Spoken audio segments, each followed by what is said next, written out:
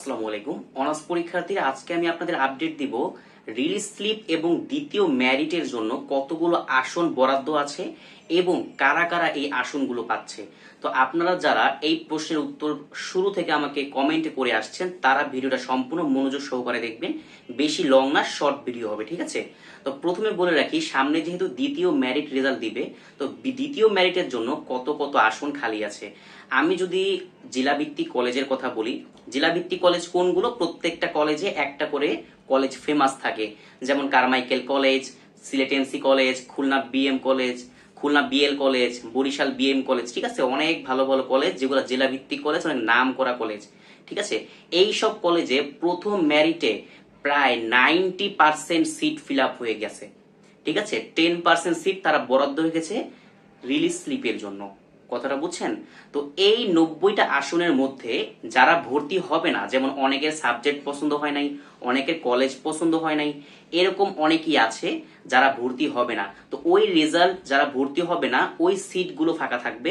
এইরকম যে সিটগুলো ফাঁকা থাকে, এই সিট ফিল আপ করার জন্য দ্বিতীয় মেরিটের রেজাল্ট প্রকাশ করে, ঠিক আছে? এই সিটগুলোতে দ্বিতীয় মেরিটের যারা আপনার ওই সাবজেক্ট চয়েস দিয়েছে ওই আসনটা তাদেরকে দিবে। এর মধ্যে যাদের জিপিএ ভালো তাদেরকে বেশি টান দিবে।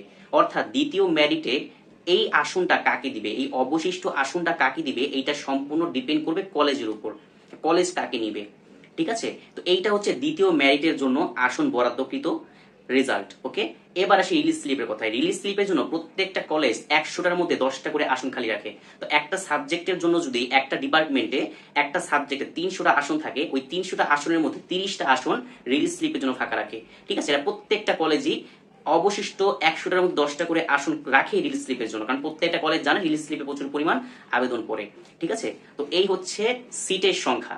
এবার বলি কারা কারা চান্স পাবেন।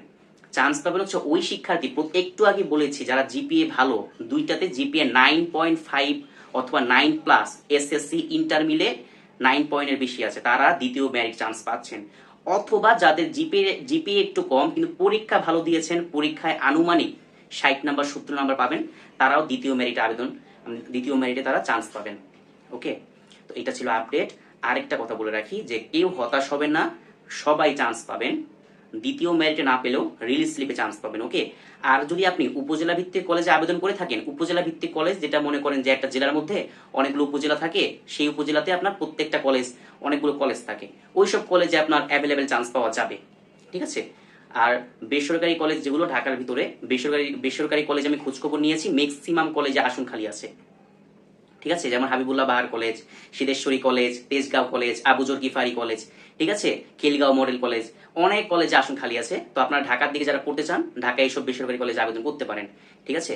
তো আজকের ভিডিও এই পর্যন্তই। আশা করি সকলেই একটা ধারণা পেয়ে গেছেন যে কিরকম আসন খালি আছে, দ্বিতীয় মেরিটে কিরকম আসন খালি আছে এবং রিলিজ স্লিপের জন্য কিরকম আসন খালি আছে। যদি না বুঝে থাকেন, ভিডিওটা আবারও দেখে আসেন, সম্পূর্ণ বুঝবেন। আর যে কোনো প্রশ্ন থাকলে অবশ্যই কমেন্টে করবেন, প্রত্যেকটা কমেন্টে রিপ্লাই দিব। এবং যদি কেউ আমার সাথে পার্সোনালি কন্ট্যাক্ট করতে চান, এই যে হোয়াটসঅ্যাপ নাম্বার, এখানে মেসেজ দিবেন, ঠিক আছে? আর রিলিজ স্লিপ প্রকাশ পাওয়ার পর কেউ যদি আমার মাধ্যমে রিলিজ স্লিপের আবেদনটা করাতে চান, আমি 100 ভাগ নিশ্চয়তা দিয়ে আপনাদের আবেদনটা করে দিব। আপনি 100% চান্স পাবেন। যদি চান্স না পান, টাকা ডাবল রিটার্ন করব, ঠিক আছে? আর আবেদন ফি মাত্র 150 টাকা। রিলিজ স্লিপ আবেদন ফি মাত্র 150 টাকা হবে, ঠিক আছে? তো আজকে ভিডিও এই পর্যন্তই। সকলে ভালো থাকবেন। আসসালামু আলাইকুম।